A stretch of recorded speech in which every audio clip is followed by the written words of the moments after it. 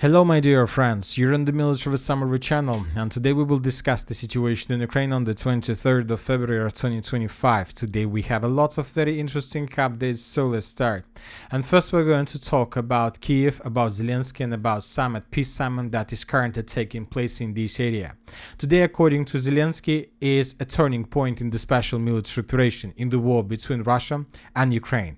The first parts of the summit, of this peace summit, has already finished, and let's discuss the most important statements made by the team members of Zelensky's team.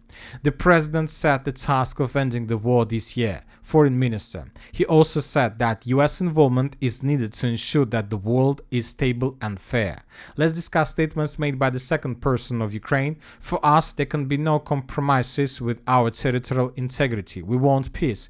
The head of Zelensky's office, Yermak, made a number of statements. It is important for Ukrainians how this war ends. We need ironclad security guarantees. No one has refused the deal on minerals with the US. The normal work process is underway. So these statements were made by the second person and by Andriy Yermak.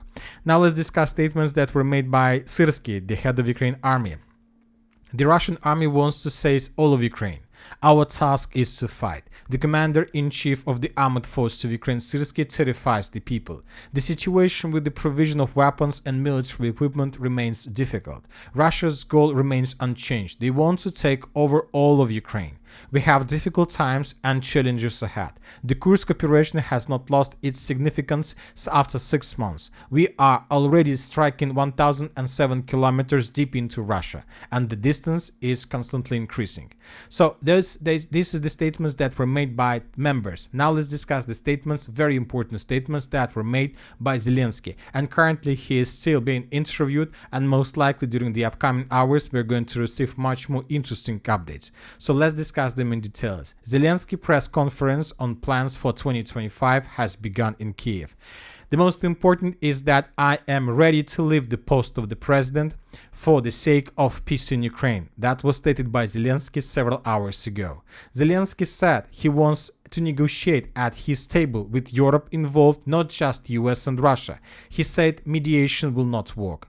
I really want Trump and me to understand each other, to hear what is happening so that Ukraine is strong at the negotiation table.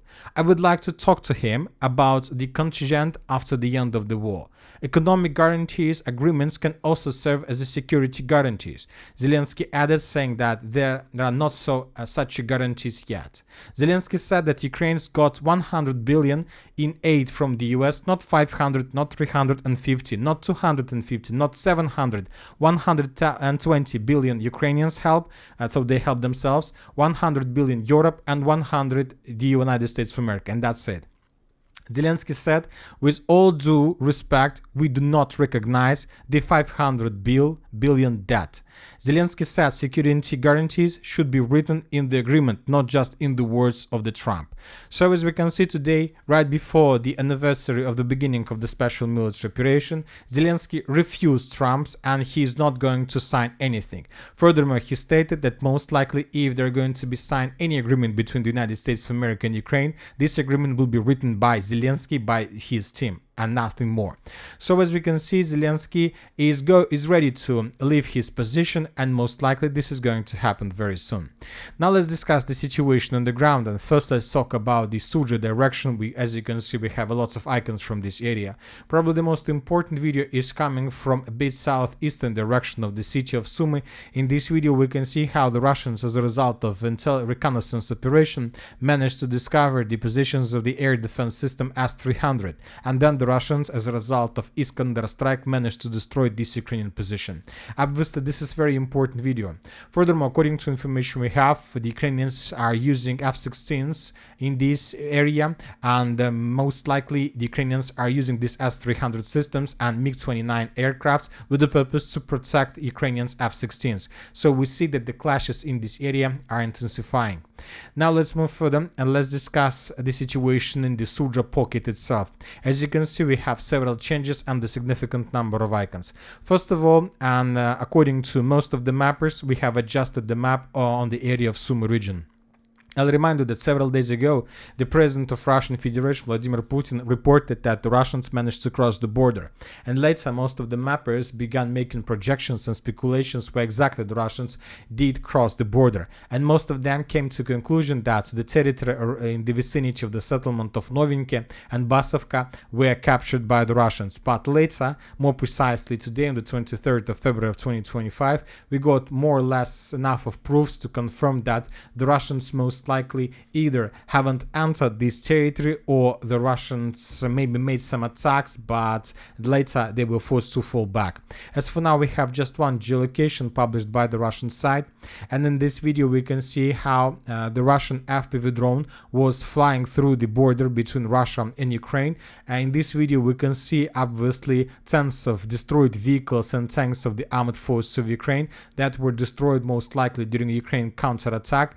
And in the final episode of this video we can see how those of the armed forces of Ukraine who managed to survive after more or less successful counterattack were attacked by the Russians' FPV drones. So what was happening? The Russians announced that they crossed the border. Maybe the Russians managed to enter the village of Novinka. Then the Ukrainians managed to collect significant number of forces, and the Ukrainians counterattacked in the direction of the border with the purpose to force the Russians to fall back. During this counterattack, the Ukrainians suffered significant losses, and we could see the losses during that video, and those who managed to survive were trying to retreat back towards the settlement of Basovka, but they were ambushed and destroyed by the Russian FPV drones. Anyway, based on this video we have adjusted the map back in Ukrainian favor, but we see that most likely that attack from the Russian side was something like maneuver, and that was something like a secondary direction, and the primary direction of the armed forces of Russian Federation was to attack the settlement of Lebedevka. And today, according to information we have and according to different mappers, both neutral and pro-Russian resources, we have adjusted this part, the western part of Lebedevka, completely in Russian favor. So this is the situation by the end of the 2nd of February of 2025, and this is the situation by the end of the 23rd of February. The Russians control up to 10% of the settlement. In the eastern part of Lebedevka, we can see that Ukrainians are trying to concentrate forces to bring additional units with the purpose to stabilize the situation, let's say to counterattack probably, but we see that the eastern part of the settlement is also under complete Russian FPV drone control, and the reinforcements that arrived in this area during the day was completely destroyed. So we expect that during the next 2-3 days the settlement of Lebedevka would be completely captured and secured by the Russians. Now let's discuss the direction, the northern direction, probably the farthest position of the armed forces of Ukraine from the city of Sudzha. According to information we have, the Russians managed to improve their positions in the area of the settlement of Orlovka-Pogribki, and the Russians took under control several buildings in this area, which means that the Russians are advancing, trying to force the Ukrainians to fall back from this pocket. As for the situation in the northeastern direction, today we got a lot of videos how the Russians were continuing clearing and securing the settlements of Cherkasskaya Porечная and the villages around. According to different sources, mainly according to pro-Russian sources, the Russians have already finished the battle for the settlements, and now the Russians are trying to finish the clearing operation. So maybe if this information is correct, in the very near future, the Minister of Defense of Russian Federation or several pro-Russian resources will provide us different videos that confirm Russian control over everything to the north of this red line. Now let's discuss the southern Sudzha direction. As for this territory, during the previous 24 hours, we got another video of how the Russians bombed Ukrainian positions with the use of FAB 3000. As you can see, the Russians began using not something old, it's probably new type of FAB 3000 because the explosions is very big, and most likely the damage these bombs deal is much more big in comparison with the previous types and previous versions of the same bomb. And this is not the first FAB arrived on the positions of the armed forces of Ukraine since the beginning, since the 20th of February. During the previous 4 days we got at least 4 videos of use of FAB 3000, and we can see that the Russians are trying to turn this territory into scorched lands because most likely they're planning to reduce here everything until ruins and then to begin offensive, and the Russians' main goal in their task to face no resistance from the Ukrainian forces. Of course, if the Russians bomb this territory with hundreds of FABs, they were gonna face no resistance from the Ukrainian side. And now it's become clear what exactly the Russians are planning to achieve. Obviously that during the next several days or weeks or months, the Russians will try to take under control everything inside of this red, let's say, area. If the Russians are able to take this red area under complete control and to force the Ukrainians to fall back, this is going to be the beginning of the end of the battle for Sudzha. Because from this configuration, from this perspective, the distance between possible edge positions of the armored force of Russian Federation in the vicinity of Sverdlika and in the vicinity of Kurilovka would be less even than 10 kilometers, 5 kilometers from both sides. And this is already complete encirclement and a cordon for the armored forces of Ukraine on the territory of Sudzha and its agglomeration. Obviously, the next 3 weeks are going to be very difficult both for the Russians and for the Ukrainians. The Ukrainians will do everything they can with the purpose to slow down the Russians and not to allow the Russians to take this territory under complete control before possible peace or truce agreement. The Russians from their side will try to take this territory under complete control, to encircle as much as possible Ukrainian soldiers, as many as possible, and probably to begin investigations about war crimes. So they want this process to be media, to be public, so everybody in the world see the war crimes committed by the Ukrainians on the territory of Sudzha and Sudzha region, which is also will lead to unpredictable consequence for Zelensky and his team. Now let's move further and let's discuss the situation in the north in Kupiansk direction. Today, according to information we have, the Russians finished the battle for the settlement of Sudzha. We have different reports that the Russians captured this territory completely. We have colored the area, and today different sources reported that the territory, the part between the border and Russian-controlled territory, was also captured by the Russians. Now let's move further. As for the Kupiansk city itself, today several resources reported that the Russians, as a result of offensive operation, managed to enter the village of Golubovka, which is already something like northern outskirts of the city of Kupiansk, but later the Ukrainians counterattacked and the Russians were forced to fall back. Anyway, this is very interesting. The Russians, for the first time since the beginning of the special military operation, began testing the Ukrainian defense in the northern Kupiansk direction in the area of agglomeration itself. As for the southern Kupiansk direction, probably the most important updates are coming from Liman area, more precisely from the Siversk area. Today, as you can see, we have adjusted the map, and probably finally this happened. This is the map by the end of the 22nd of February of 2025, and this is the map by the end of the 23rd of February. Today, the Russians, as a result of offensive operation, managed to establish complete control over the settlement by the name of Bilogorovka. The Russians furthermore managed to capture lots of positions around the settlement. Right in front of your screens we can see the video that was published by the Russian sources, and in this video we can see probably 10 or even more episodes from different parts of the settlement of Bilogorovka where the Russian soldiers were waving with the Russian flags. So now we have no doubts that the Russians managed to take the city under complete control. As you can see, there is nothing left from the settlement. There are just ruins and nothing more, but these ruins were captured by the Russians today by the end of the 23rd of February of 2025. Based on this video, most of the mappers have adjusted their maps, not just the area of Bilogorovka, but the most important, the strongholds and the fortifications, former strongholds and fortifications of the armored forces of Ukraine. Once again, let's take a look at the map. This is the situation by the end of the 23rd. This is the situation by the end of the 22nd. So a significant number of territories were captured by the Russians. And the most important, I would like to remind you that several days ago, more precisely on the 20 February of 2022 of 2025, on the 22nd of February of 2025, Chief of General Staff of the Russian Armed Forces, First Deputy Minister of Defense Army, General Valery Gerasimov, visited the command post of the Group of Forces South, and Bilogorovka is in the area of responsibility of this group of forces. He heard a report from the commander and the commanders of the formations on the current situation and the implementation of combat missions. Summing up, Gerasimov noted the successes of the units and gave instruction for further actions. So, summarizing everything, we believe that the next several months are going to be the months of clashes for the city of Siversk and for the city of Slavyansk. Slaviansk.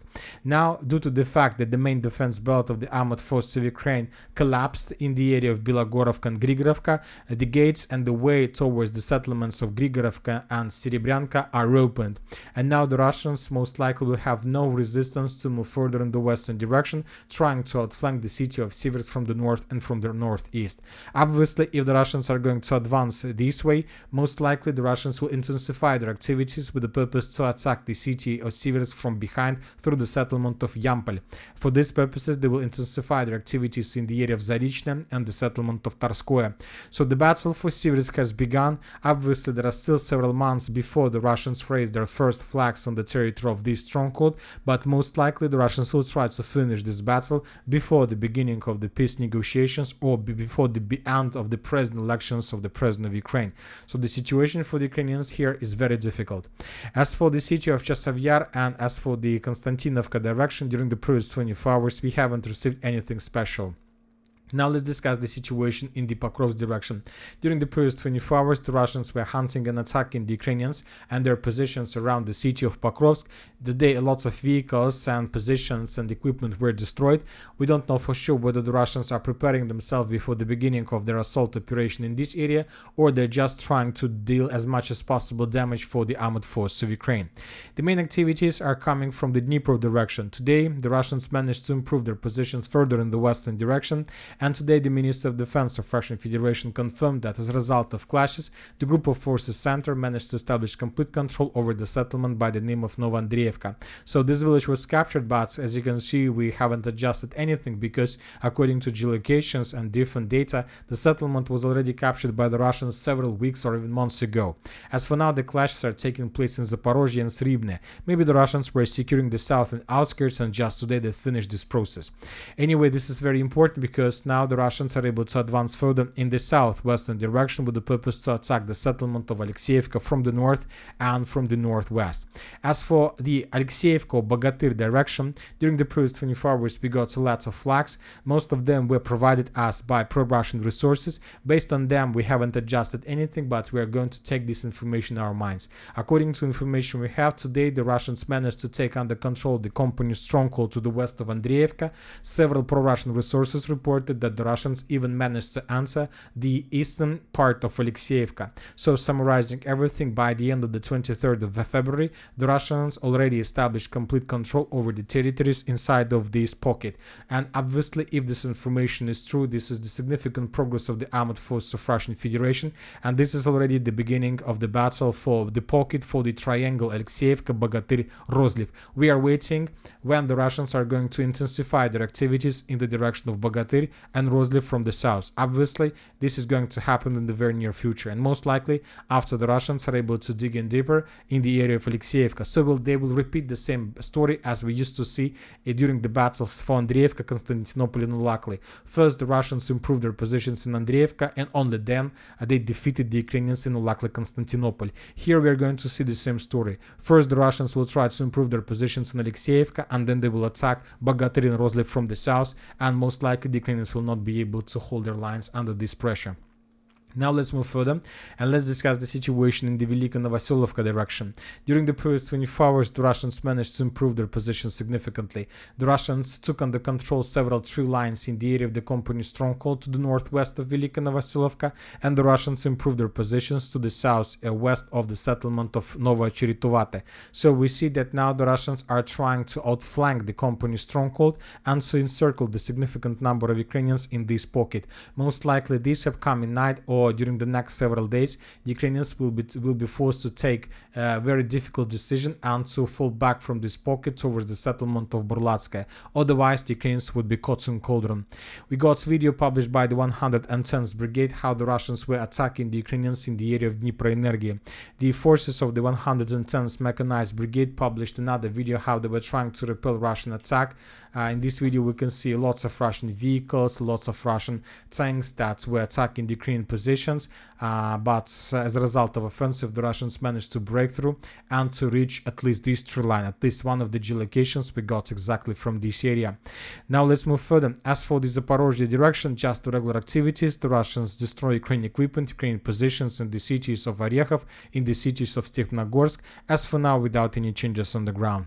More and more updates are coming from the Dnipro and Odessa directions. According to information we have, the Russians indeed are planning to cross the river of Dnipro and to establish complete control over the city of Kherson. Most likely the Russians will try to carry out both operations right before the end of the negotiation process, so the Russians will not allow the Ukrainians to have enough of time to carry out counterattacks with the purpose to restore control over these territories.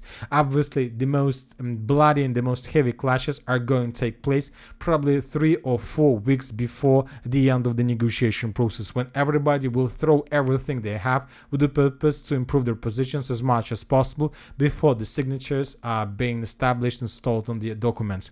And that's it for today. Military Summary Channel reminds you condemn any violence in the world. Thank you for watching. Subscribe to my channel, put your likes, join my Patreon, and have a good day. Bye bye.